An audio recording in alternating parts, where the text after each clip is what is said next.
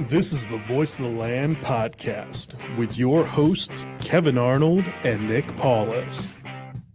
You know, a lot of people consider us a mid-market to a small market type city for sports, but we feel like we are a large market because there is always news to talk about with all three teams in this city, whether it's the Indians being no-hit 2 times already before Mother's Day, the Browns and schedule releases, people wanting Aaron Rodgers instead of Baker Mayfield.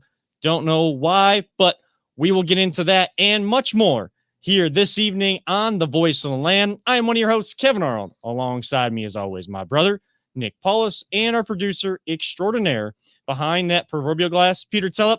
We are brought to you as part of the Big Play Network and partnered with LPV Productions.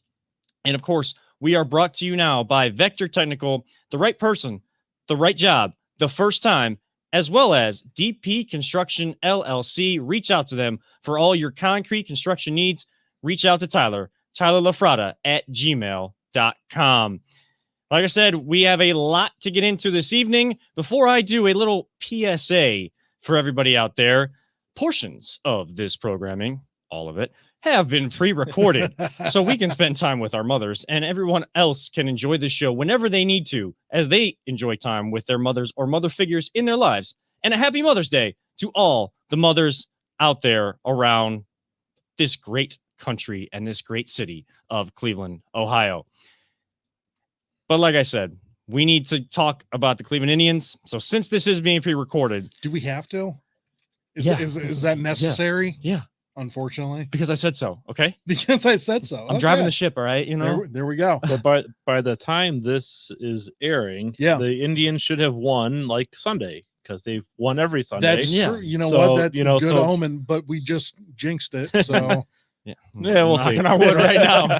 Knocking on wood right now. I guarantee you, I play this exact spot of the clip if they lose on Sunday.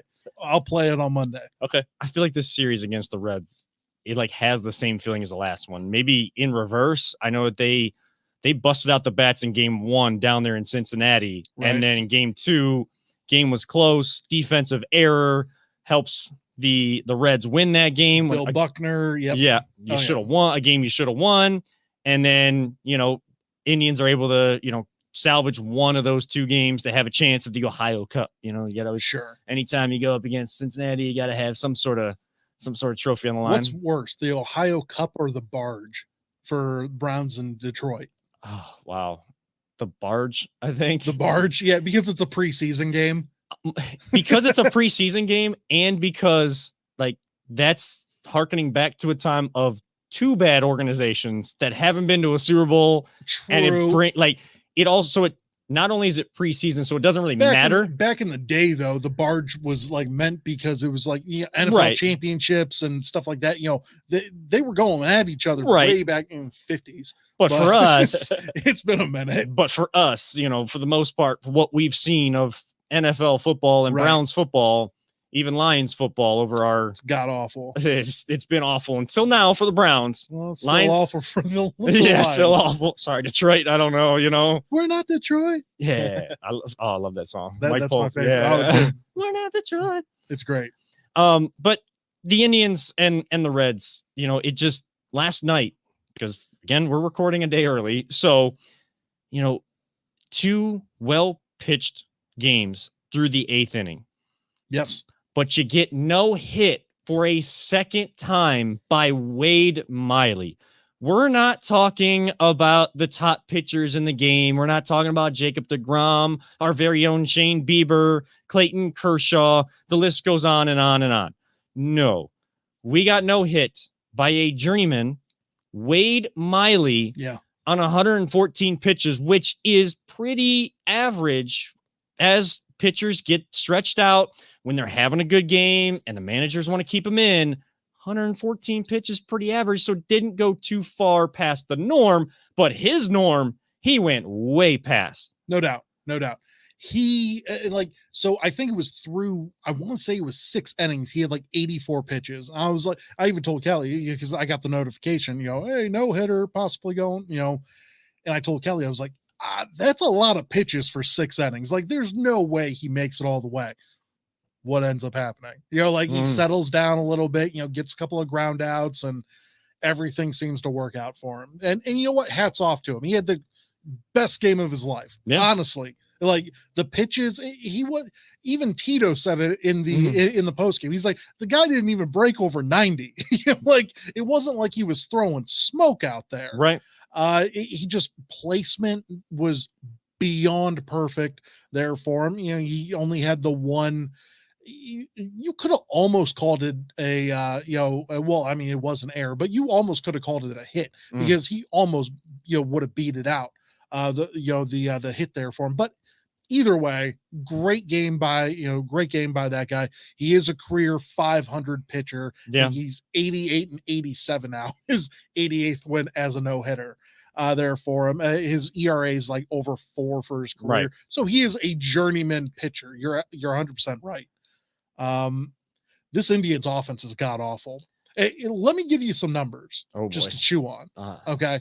I haven't pulled up here on my handy dandy computer. Peter, I'm regretting my decision to drive this ship right now. Unfortunately, they are batting a 29th in the league at 206 average. The only worst team is the Mariners at 204. Where Detroit is hitting better than you. They are 9-24 on the year, fellas. We said we're not Detroit. So right. But yeah, so you have terrible batting average, you have terrible on base percentage. The runs, you're I think 24th in runs here for us. A lot of really bad stuff going on for this offense. Well, and they're also 2-6 against teams outside their own division because it's been pretty Central Division heavy. Yeah. I mean, I guess you could add in technically Cincinnati Reds are in the Central, but that's the NL Central. So that's only played the Reds and the Yankees outside of the AL Central. Right. So in those two series or between those two teams through, one series with the Reds and a game, and then one full series with the Yankees. Yeah. You are 2-6. You look at on the other side, you're 15-8 against the Central. So, and in that series against the Royals, they were able to come back in those games. Royals either got an early lead or they found ways to manufacture runs, which you thought was going to have to be the case for this team to have success. But to be no hit 2 times in 23 days, recording before they have these next 2 games against the Reds, that storyline may change.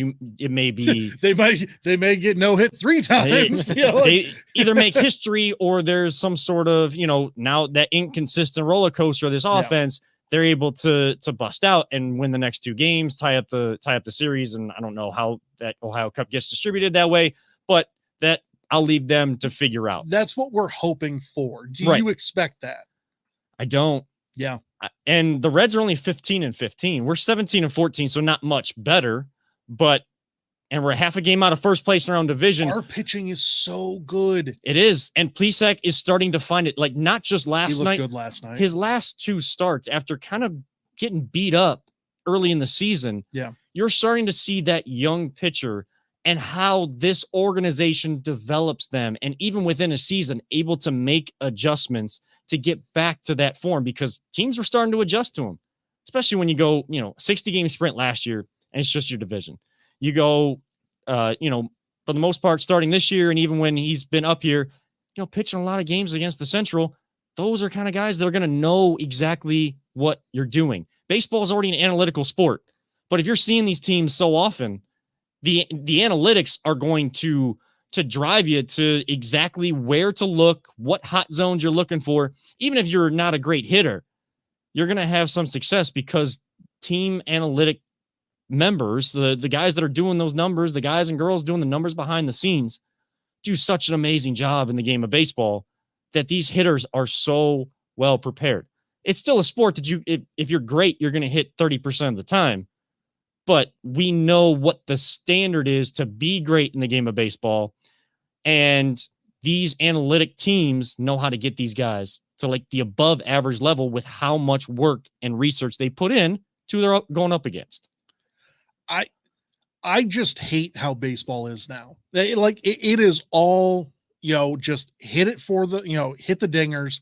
Let's go out. Let's get some home runs. And that's all this game is about now. It's not like how the 90s were, how like you'd have a couple of guys on your team that were hitting over 300, they'd hit, a couple of singles, couple of doubles here and there.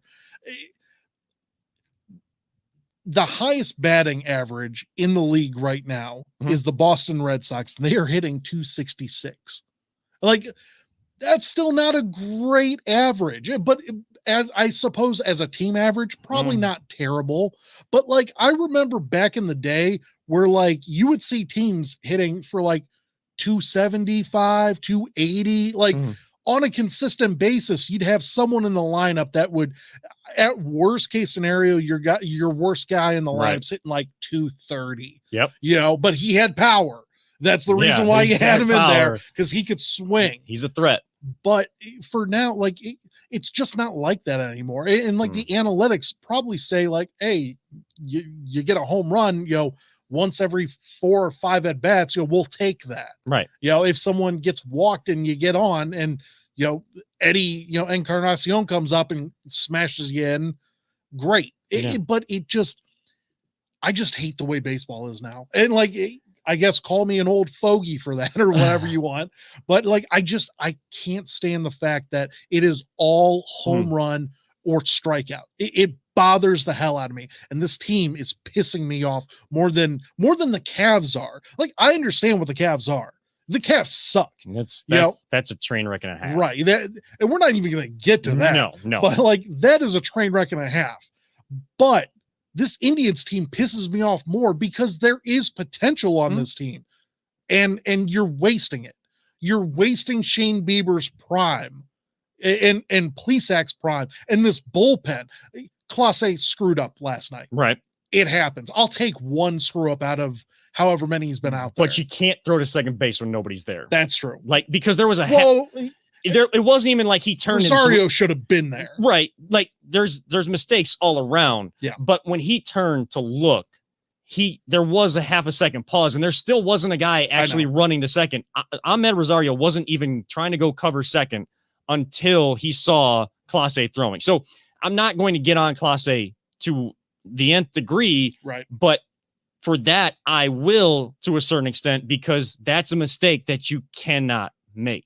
As frustrated as you might be with how the inning has started for you, or how these guys are getting on base, or what your defense may be doing or lack thereof behind you, you got to have the mental game always intact. No doubt.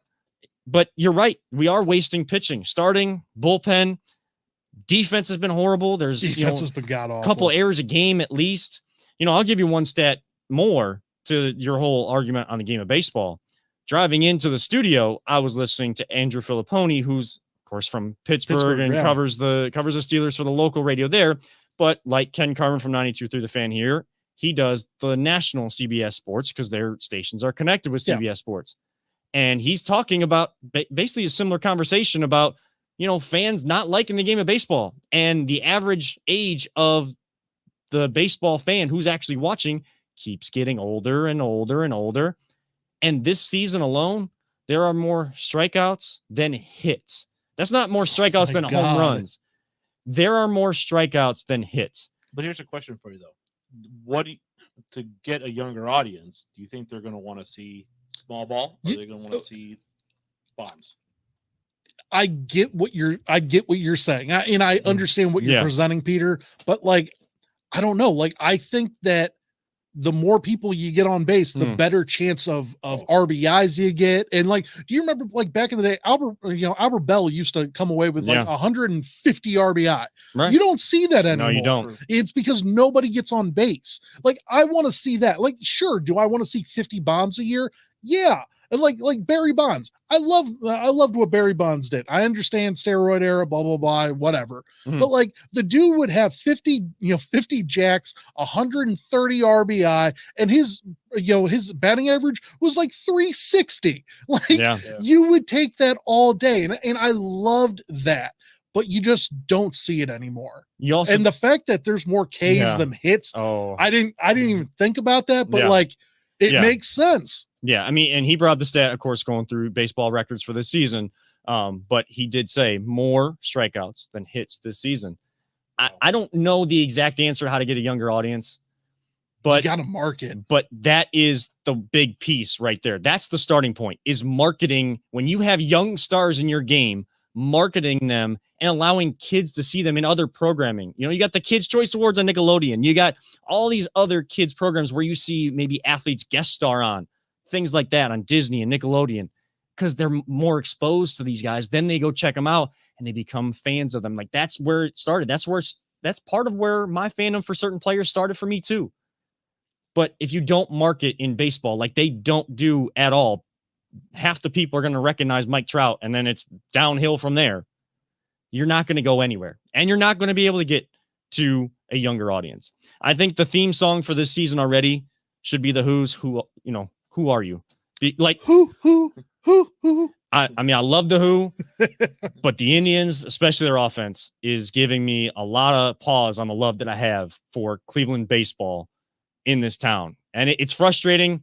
And maybe the next 2 days against the Reds, like I said, they'll be back in first place, and all of this conversation that we recorded will be null and void. But we are going to take a short break for a message from our sponsor and a little word on where you may be able to get some Voice of the Land gear. Are you struggling to hire the right talent or maybe even find the right career?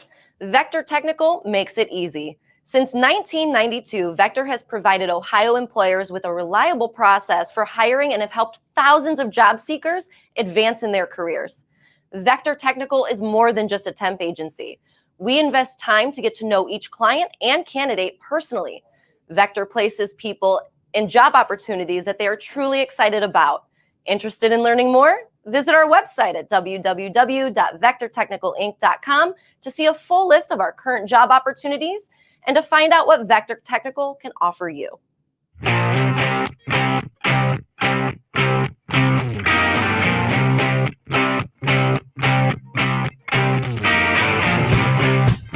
Get your gear at voiceoftheland.com/shop.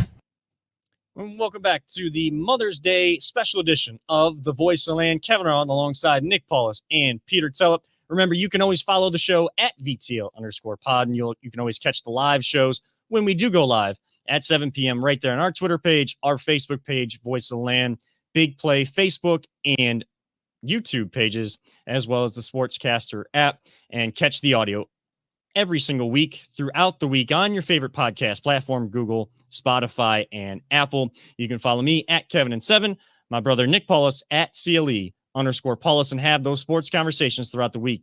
And of course, LPV Productions, you can follow across all social media platforms. We went to break talking about this Indians offense, and as much as we could dig into who are they? There you go. I'm telling you, it really is. You don't know who you're going to get. It's a Jekyll and Hyde thing every single day. Like, we could dig into this forever, but I think it's better to kind of maybe raise the spirits, because it's a nice day for people that are watching. If you're watching on Sunday night, it's Mother's Day, it's supposed to be a pleasant day, it's supposed to be May, and yet we got cold rain. Like, it's March, April, February. It's Northeast Ohio though, so we're used to it. I'm not going to spend a lot of time complaining. There's one team I can't really complain too much about right now, if at all, and that is the Cleveland Browns. And of course, the draft here last week, Cleveland did a phenomenal job. Great job hosting that. Cameron Justice of News 5 posted an article where she kind of went around talking to NFL fans from all different teams, every single different 31 NFL teams. And there was a lot of good things to say, whether they were from here and like fans of those teams, or like they're actually from that area and they've been fans forever. That, like, a lot of that stuff was genuine. Oh, no doubt. My favorite one was the San Francisco guy. He was like, yeah, there's a lot of potholes here, but it's a really nice city. Like, you nailed it. Have you been to sir. San Francisco? Because, potholes, they would probably welcome potholes compared to the other problems they have. Yeah, maybe. So, yeah, maybe. But no, that gives people someplace to, go to the bathroom out there in the street. So, so a pothole, just a new topic to, just a new experience, but not the worst experience possibly, according to our producer, Peter Tellep. But so a lot of good conversation around the Cleveland Browns and the city of Cleveland. Then you switch gears, you leave the draft, and you got the schedule release, and we'll talk about that here coming up in the next segment. But everybody's got something to talk about. They had to give out their draft grades immediately. Haven't seen anybody play yet. Don't know how these guys are actually going to translate to the NFL game, but it's content. You got to get it out there. It's how these guys get clicks, how these girls get clicks in the media. And it's, I don't hate the game because I'm trying to get into it too. So it's exactly the model that we're trying to follow. But somehow the conversation, because Aaron Rodgers was reportedly wanting to be traded from Green Bay or get out of Green Bay, the conversation transitioned this week to, what teams could he be traded to? Oh, well, Max Kellerman of First Take and some others wanted to talk about Baker being traded, or at least the Browns trading for Aaron Rodgers. I don't know if they mentioned Baker as part of that trade in a swap there, or Baker would stay on this team. But I don't try to get into that too much. I mean, even mentioning the name Max Kellerman and what he actually said and trying to demean our city as well, saying that, Aaron Rodgers is from California and he's, needs like this starlight on him, but he could do that in Cleveland, even though it is Cleveland. Right. Hey, if you didn't learn from Juju Kellerman, saying the Browns is the Browns, we'll show you. Don't worry. Come on. And I don't know if you came to the city for the draft or not. He didn't. But I'll invite you. Come actually check out the city and see what you actually think about it. That being said, I know that the conversation is kind of, people here in the town are maybe sick of it. But I mean, where does that conversation, why does that come up? And would you think that either side would entertain that? No, Paulus? No. I don't think either side would or should entertain it. That being said, like, Aaron Rodgers is done in Green Bay. Like, it's official. Sorry, wrap it in a bow. He's probably going to Denver, and that's going to kill me. The fact that he gets to go to Denver and just do Peyton Manning 2.0. Like, I don't want to see that, but it's neither here nor there. Mm-hmm.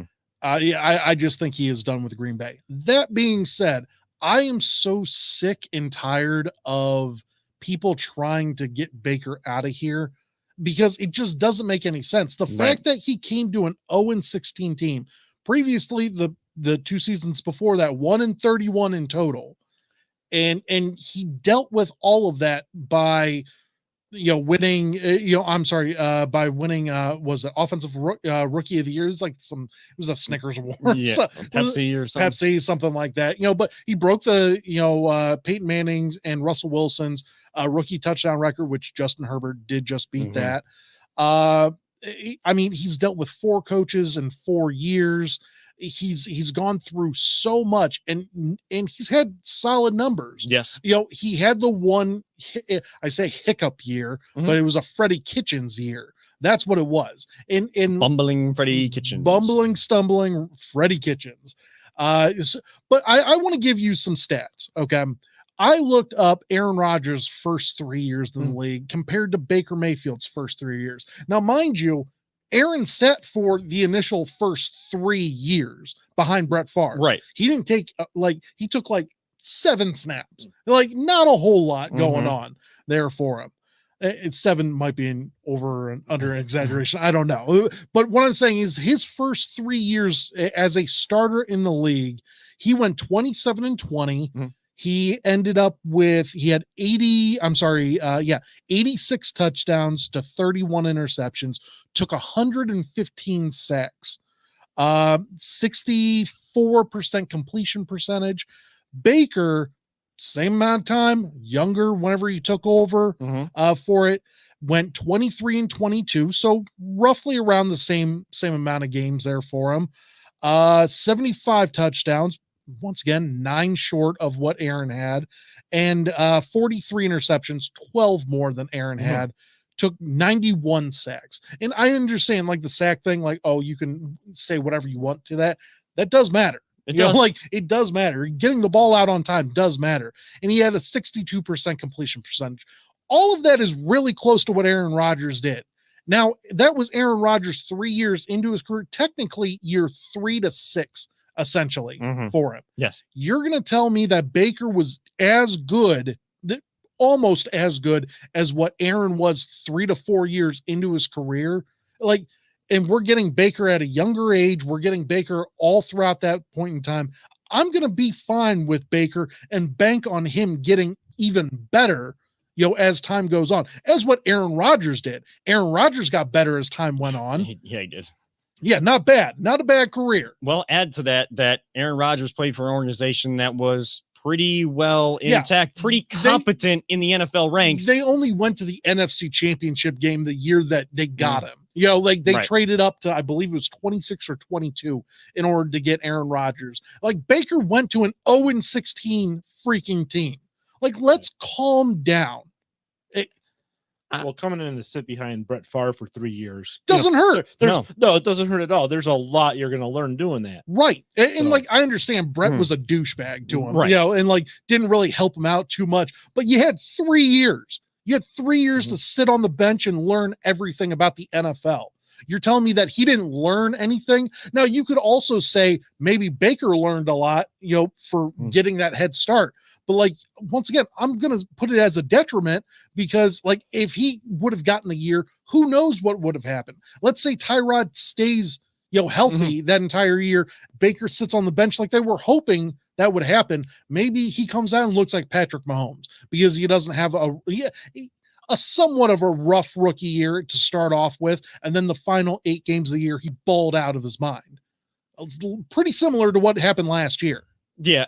If you go back to year one, he came into that game against the Jets and was able to lead the comeback, but they were still like, 1-7, 2-7. I think they were 3-6-1 by the time Hugh got fired. Yeah. So they played about half the season at that point, a little bit more.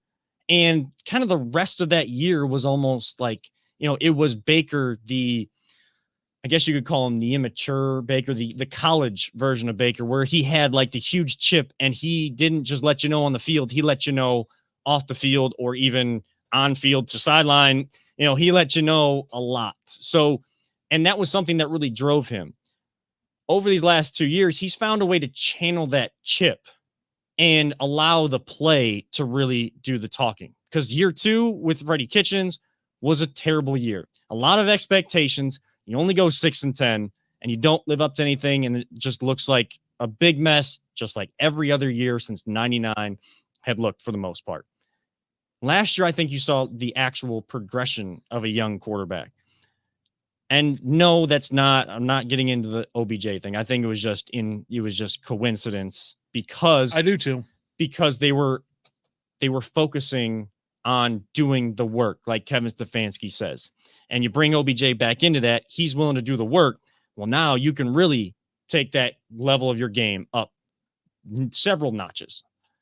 But Baker saw the actual progression as a professional on and off the field last year. Something you can build on this year. You can't rely on what you did last year to have success this year, but it is something to build off of.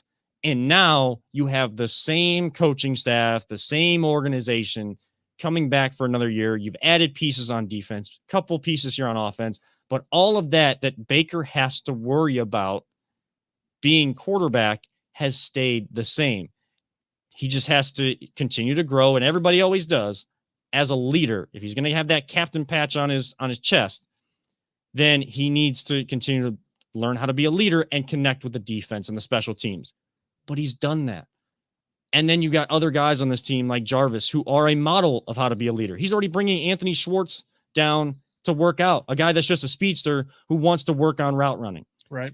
You have guys that, while people outside this team may question them, people inside that building and in this city know what they mean and how they can impact, not just from a pure football standpoint, but how they can impact the culture on and off the field. And that is how successful organizations are built and sustained. One last thing. I'm just sick and tired of people ripping on Baker. It's the easy target, though, it's the easiest thing in the world. I saw something so dumb, but it's easy. It's so dumb. It is ridiculously dumb. And I just don't get it, because the guy, from what he had to come through with all of the crap that was baggaged here, if we all forgot, Cleveland wasn't a hot spot to go to. Okay. Right. Jarvis is the only guy that I've ever seen in my entire life that said, you know what? Yeah, let me go to, the hardest place to play and ball out here. Yeah. Like things in Miami were that bad with Adam Gase running the show. My goodness. That Adam Gase literally told him, like, hey, we're going to send you to Cleveland to die. That's what he, Woohoo! that's Like, what that's what he was saying. that's what he said. And then we turned it all around, and it was because of Jarvis. It was because of Miles, stepping up into a Mhm. leadership role on and off the field. And then Baker coming in and changing the whole dynamic of our franchise, literally, because he turned into a franchise quarterback. Yeah, sure, you drafted him at 1, you expect that, but the things that he's done here for us have been fantastic. And I'm not saying that you don't have to be a Pro Bowl. Hell, you don't have to be an MVP in order to change things around. But by bringing in a leadership attitude, which is what Baker has done, Yes. that matters. Okay. And you don't just cast that aside for a 37-year-old quarterback. I understand he won the MVP. He's a damn good quarterback and still has a couple of years left. But let's be honest here. I don't want a whole lot of drama on this team. No. And Aaron Rodgers brings in nothing but effing drama. And I'm done with handling stuff like that. Done handling all of that because that's not what this culture is about. That's Right. not what this team is about. And if people are wondering because they're listening to this conversation and I said nothing about Aaron Rodgers in my discussion, it's because I'm not going to even entertain it. Right. There's a different conversation between who's better, Aaron Rodgers or Baker Mayfield. But there's the conversation here of would you trade Baker for Aaron Rodgers? The answer is no, hell no.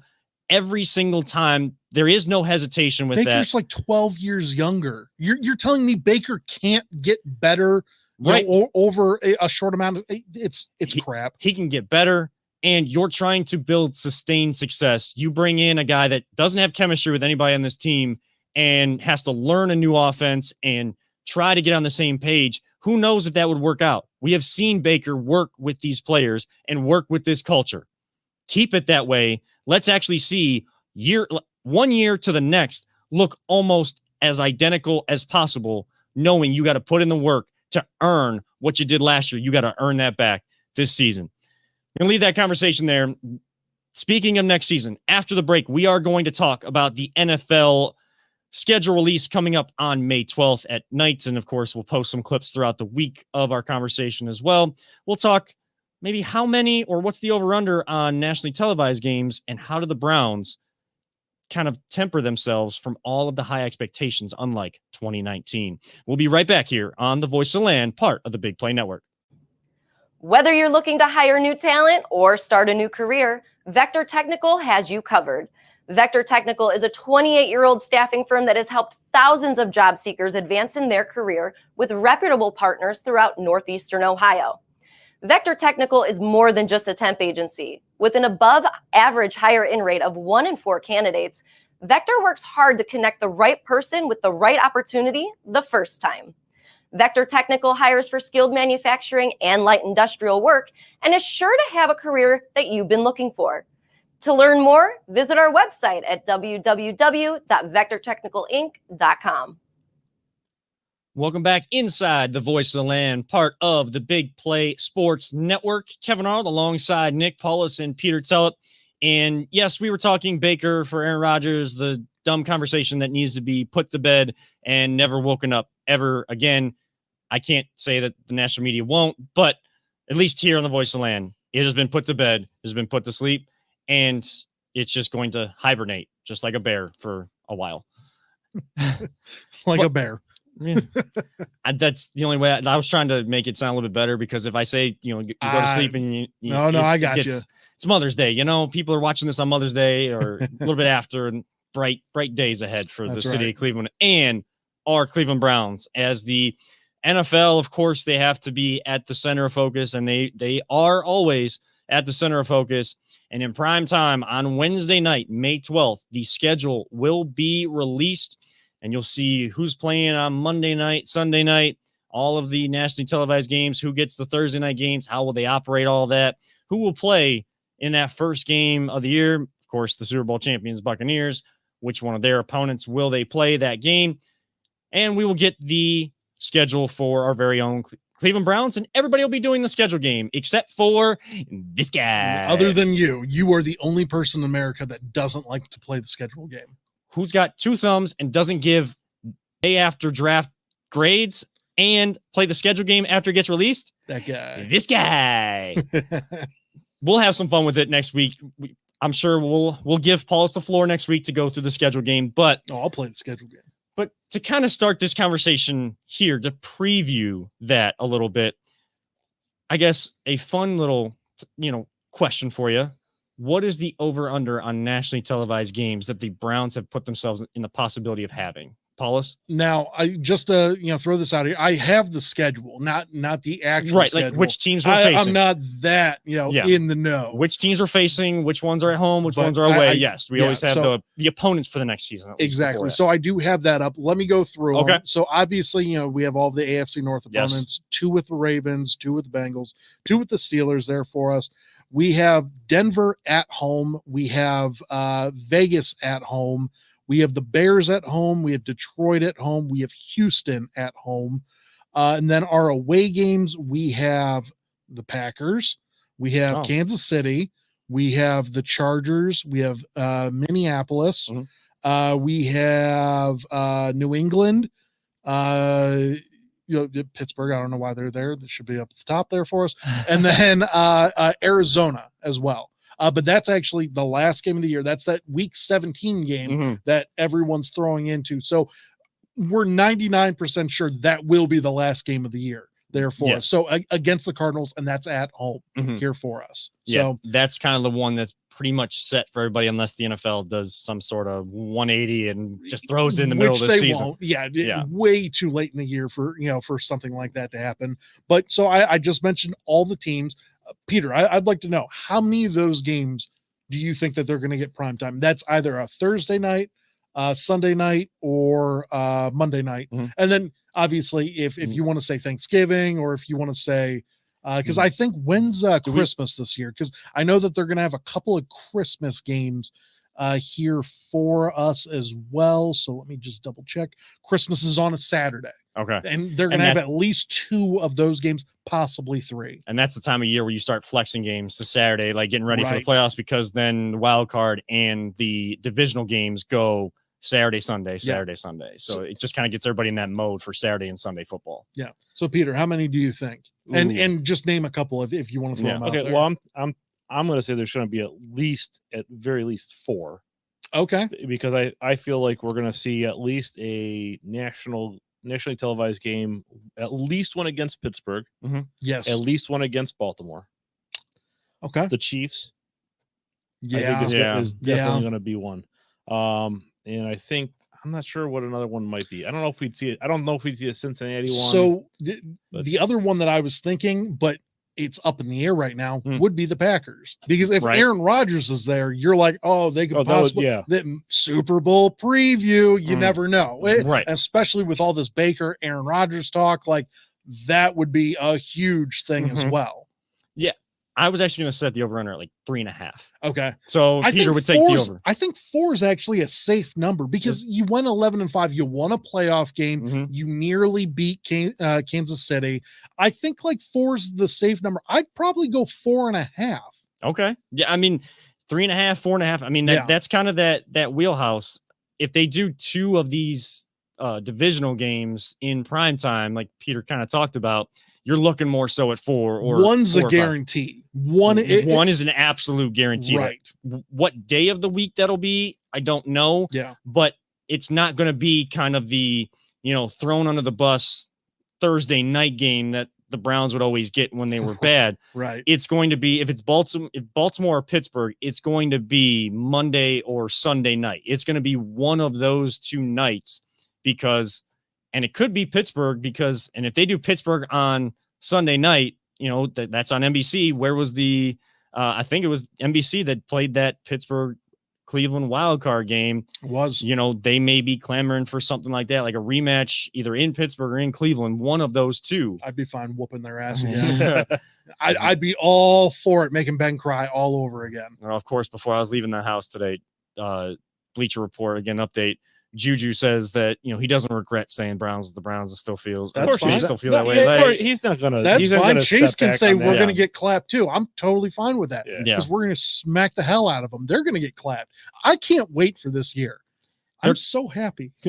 they're gonna get more hits and likes on their TikTok videos No than doubt. any of the play that they put on the field this year. No doubt. That's They're way better TikTokers than they are football players. That's what it comes down to. unless we get a sponsorship, there's a reason why we don't TikTok. That's right. That's true. I don't know if you want to see us doing those dances. Pass. But as Depends on how big the sponsorship is. Ooh, that's a good point. Yeah. Go big play. put that big play on big play, then That's right. we'll be willing to. Extra play. What I'm saying is we can be bought. Yes. Peter, we can absolutely be bought. There is no doubt in my mind. The Voice of Land DMs and bank account is wide open. So hit us up at VTL_pod or No doubt. Start throwing some Dogecoin yeah. at me because that's I been heard going up. I heard Yeah, that's have you got Doge, right? Oh yeah. Oh yeah? I actually cashed out some of it. Oh no, man. just some of it. Oh, okay.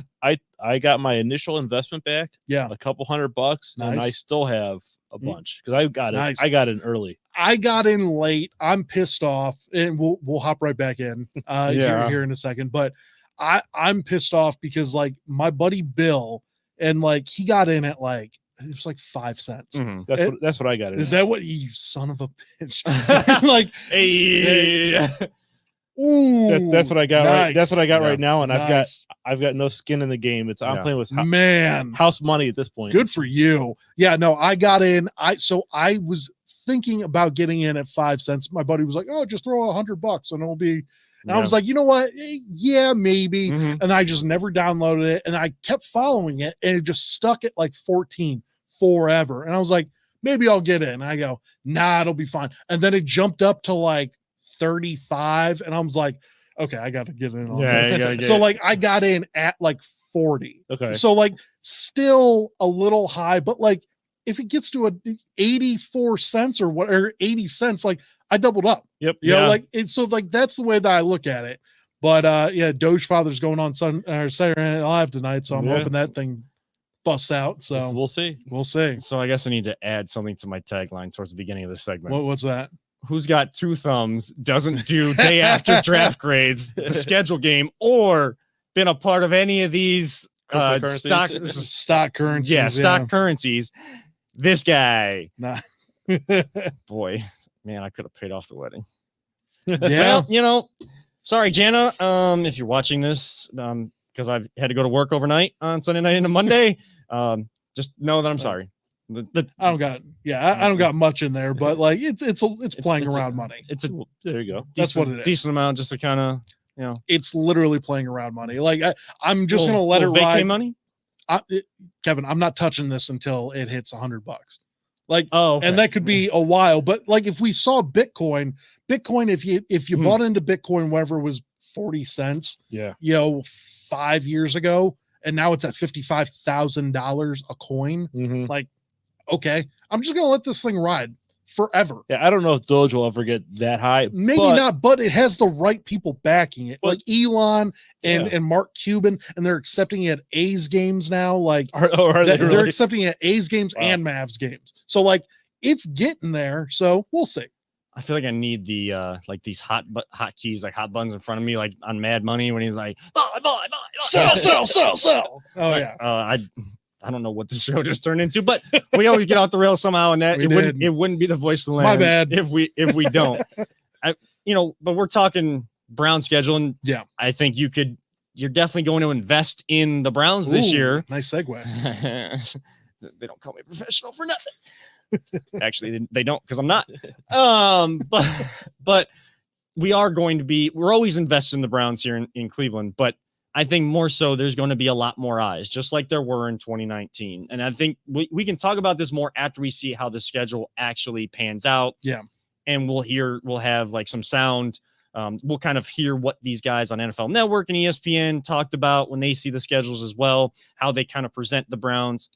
But I mean, is it possible, before we dive into it next week, is it possible for this team, with the experience they now have, to temper expectations this year unlike back in 2019 when they failed to live up to any of them. Yeah, I think they can and they will because they proved that they can win in the playoffs. They broke a lot of curses last year. Okay.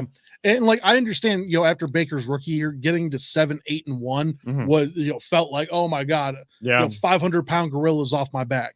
Well, like a 10 billion pound gorilla fell off their back last year after they beat Pittsburgh in Pittsburgh. They beat Pittsburgh back-to-back weeks. We always forget that. Right. Yeah, they dominated maybe not dominated in week 17, but they won. And then they did dominate in the first round of the playoffs. So like I think they got the monkey off their back. I think they're okay. I think that they're a much more level-headed team. If we've seen anything especially from the front office this offseason, I think everyone is at that same level-headedness, and they're like, you know what?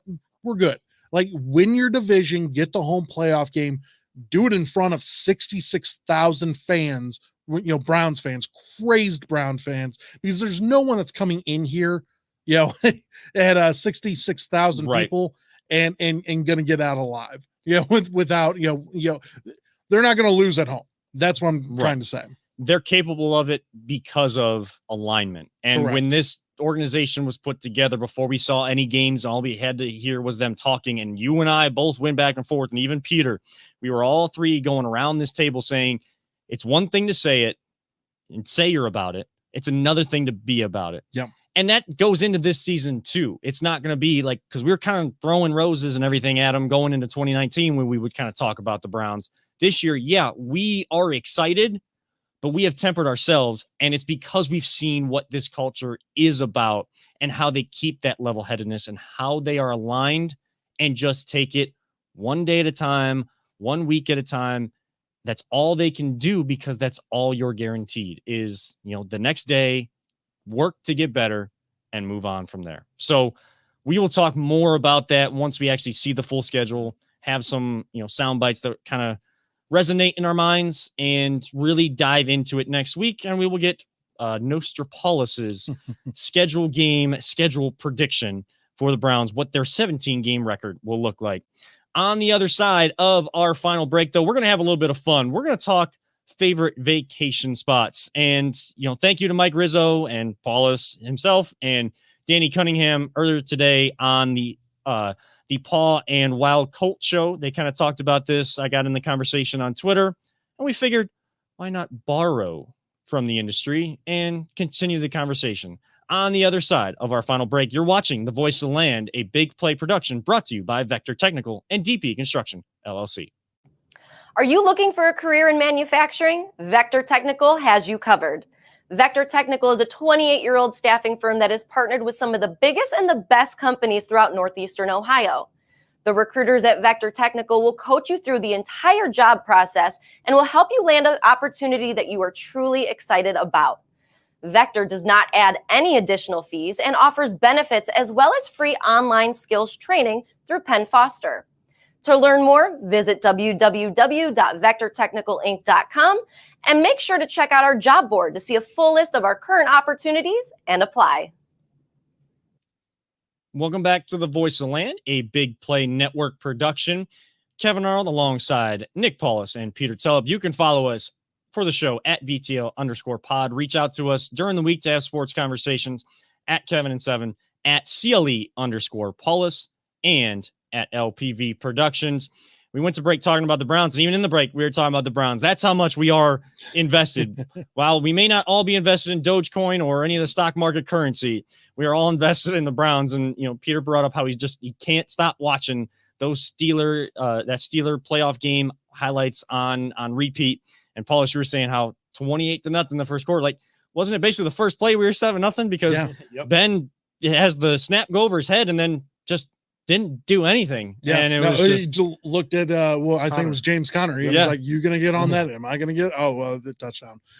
That's exactly how that play went. Yeah, and the thing is with that, watching that, you see Miles come in and it scores away from him, but there's like 4 Browns on it. I mean, the coverage, everyone was there. Yeah, rally to the football. Exactly. Yeah, so, I mean, orange hat on, black hat, orange hat on the ball, and I'm just excited about all these new additions to the defense. And no doubt. Yeah, hopefully 3rd and 14s with backup quarterbacks that shouldn't be playing in a divisional game don't happen again with this defense. But we want to finish the show by having some fun, and maybe some mothers out there are getting vacations for Mother's Day. They're being afforded those because things are starting to open up. People are going places. They're getting vaccinated. I just got my second one yesterday. My arm hurts like heck.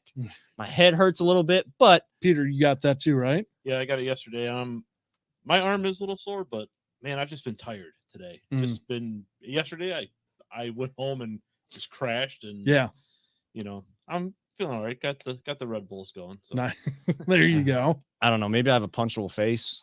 I mean, people can reach out to us at VTL_pod because they're not going to punch me in the face, but they're like punching the needle both times. The people that I got punched into my arm. So not only am I feeling the pinch of the needle, which I hate needles as it is. Yeah. Like I'm feeling like fist, like punching, like knuckle punch into the. I don't even feel it, man. They just pop right in there. Yeah. I got enough fat on my arm that they're like, you know what, just like that. I'm like, you know what? done? That might be it. That might be it. Yeah. I have the other issue where I have nothing. It's just it's skin and bones, man. Right to the bone on you. Yeah, no doubt. Yeah. So bone on bone, just knuckles right into the whatever bone that is my arm. Sorry, Jen. I know you're the doctor and you probably know, and you're probably correcting me right now. Don't care. But favorite vacation spots that you've kind of had a chance to go to. I've barely been on vacations in my 30 years just because my family didn't go anywhere. My mom's family was the one we saw. My dad's family too. They're on the east side and the west side. So it's like, oh, we're going to another street in Wycliffe, Ohio. Oh, we're going to North Olmsted, Ohio. Oh, okay. Well, really getting out of Cuyahoga and Lake County here, but family comes first. Paulus, you guys were kind of talking about it earlier. Yeah. Favorite vacation spot. I think you mentioned, San Diego earlier, but you kind of lived out there as well. I did. Anywhere else, or is San Diego kind of that one spot that will always stick out in your mind? Diego's paradise, man. Like if you ever get the opportunity to go out to San Diego, it is so much fun. It is beautiful. It is it's expensive, but it is a great time. And I did used to live out there. They're planning on going out there for our anniversary here for us later in June. There for us. Kelly's never been there. San Diego Zoo is like we're literally going to spend all day at that zoo. It's going to be awesome. But I loved San Diego. We everything about San Diego, the food, like I said, everything. Weather is perfect. The beach is great. Coronado, which is where I used to live, is a big military area sort of thing, for the Navy out there, and it just a really great time. So I'd go with San Diego. Peter, what's some vacation spots that the Tell household likes to go to, or you've had the least amount of stress if you guys had to take the kids on vacation too? Yeah, we don't have like any particular place that we like head to. Sure. But we've done like Chicago, we've done Portland, Maine. I love Portland, Maine. I've been there too. Yeah, we went it was like right after the kids got out of school. It was actually Memorial Day. Yeah. We drove out there. And the weather was perfect. I mean, it's that time of the year where it's like hit or miss. Yeah. It was like 70s, sunny the whole week we were there. Just a great, we stayed right in downtown Portland, walked around everywhere. It was fantastic. But we've gone down to Florida, which was fun. You went to Legoland down there. Yeah. Oh, nice. One of my sisters has a condo down in Naples, so we kind of did the drive down there and did a week. But we do want to get out to San Diego. I think if we plan a trip, it's going to be out west. Sure. My parents and one of my other sisters is in third in Phoenix. Okay. Area. And then my sister-in-law lives in San Diego. Okay. So they just bought a house out there. And we definitely want to go out and visit. And I have an aunt that's in LA, so it's, about 2 hours away. It's not a terrible drive. Well, once you get to LA, it sucks. Yeah. And LA is a great city. I actually went to a USC game. Did you out really? There? Yeah. They played Utah. I think Utah actually beat them. It was like it was weird. It is where I mean USC is not great now, anyways. No. But this was 10 years ago, 10 years ago, and yeah, this is a lot of fun. But LA is crazy traffic wise. Oh yeah, well they're in like Fountain Valley, I think, which is outside of LA. So yeah, and honestly, the last time I went to my aunt's house out there was I would think I was like 4. Oh wow, so it's been a minute. Yeah. I've been out to California like for business and stuff like that. Yeah, and it's nice to get out there. If you go to San Diego, go to Kalima's. Now Kalima's doesn't look like the greatest place of all time, but if you type in Kalima's, they have the world's best burrito. Do they really? Really? It's just the Californian burrito. Just get that. It is so damn good. Big as my freaking forearm. It is so good. Well, if Peter would let camera be on him, people would see he's already typing in his notes. He's already looking it up. And... Well, no, I was looking at. I forget what we were watching something on Netflix or something, and they were talking about about like San Diego food. Well, it's out west, but it's the Owl. What is it? The Owl Bar and Cafe in San Antonio, New Mexico, and they were showing this green chili cheeseburger, and I'm like, that thing looks so damn good that I was like, let's go there. Right. We gotta make sure that when we go out west, that's one of the detour we're gonna make. So I haven't been on many vacations. Like I said, the only true vacations, there was like one Columbus Day weekend when you're off from college. I think it was my freshman year. We went up to visit family up in the state up north. And then I had to sit through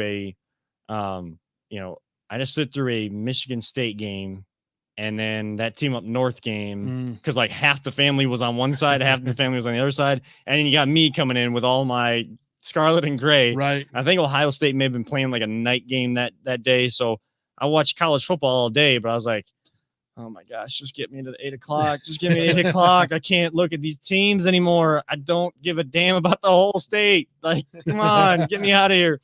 But I mean, like there's nice spots up there. And, we got time to spend with family. We don't get to see a lot. Yeah. The only actual vacations, like if more of a stretch of time, more than a couple days has been down to Georgia, to Atlanta, where my uncle lives.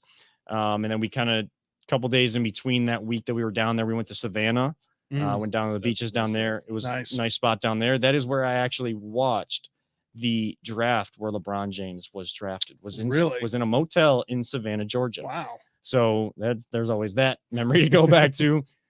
But the only other vacation I've actually taken, and it was kind of school sponsored, and then I decided to go back to help the school for the sponsored trip to Disney World. So like that's really the only one I can say is my favorite. Sure.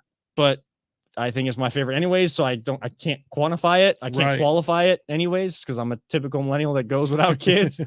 Because the honeymoon plan, the hope is Disney World and Universal. Okay. Nice. And like getting to, maybe a beach or two down there, depending on if we go to all the parks or not. But we got a travel planner in the family that is going to help us find some deals on it. So we're going to see, nothing's official, but like that's the hope is, Disney World for honeymoon, because again, we're not fancy. We would love to be able to go overseas or well, across the country. I do need to get out to Seattle though, where my sister lives, and see all that, to go there for like Seafair, because love the Blue Angels and they're there every year. I only get them every other year if we have an air show here, but so who knows what's going to happen with that? Like, I would love to go overseas as well. Like, I'd love to go to Italy or Greece or somewhere like that. But for right now, like COVID, everything, like, hold off, but like in the future, right? Yeah, like moving forward, just looking ahead. I think Spain is beautiful. I've been there. Spain? Oh yeah,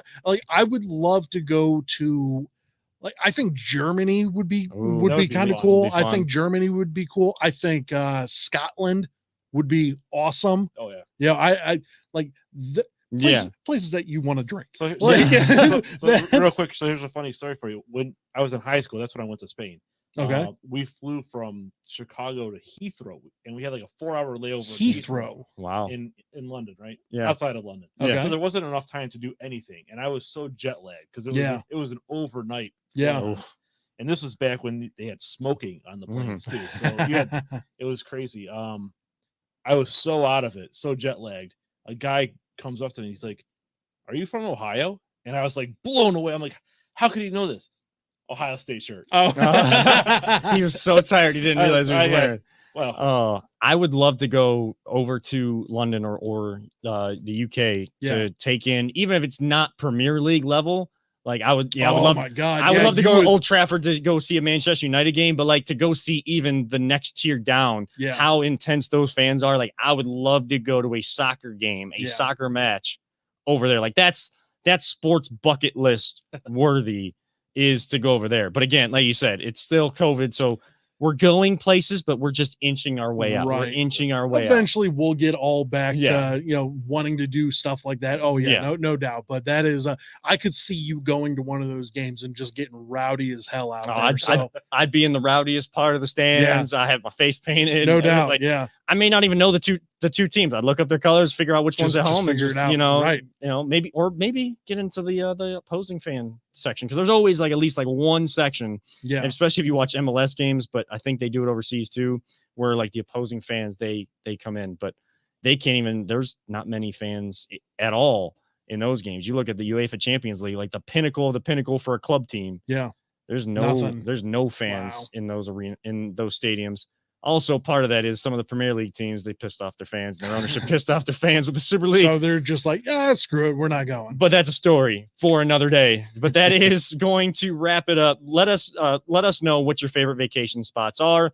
Maybe if you have a least favorite, not because of the place, but just you didn't get what you expected out of the vacation, you can hit us up at VTL_pod on Twitter. And of course, find us on Instagram and Facebook at Voice of the Land.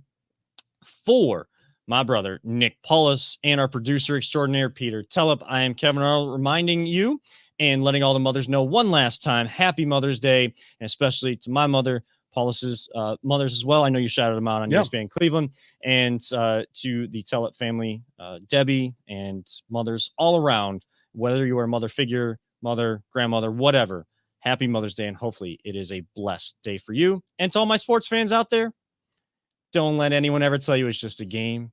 And we love you all. 3000. We will see you live next week for our NFL schedule release review show, 7 p.m. here on the Big Play Network.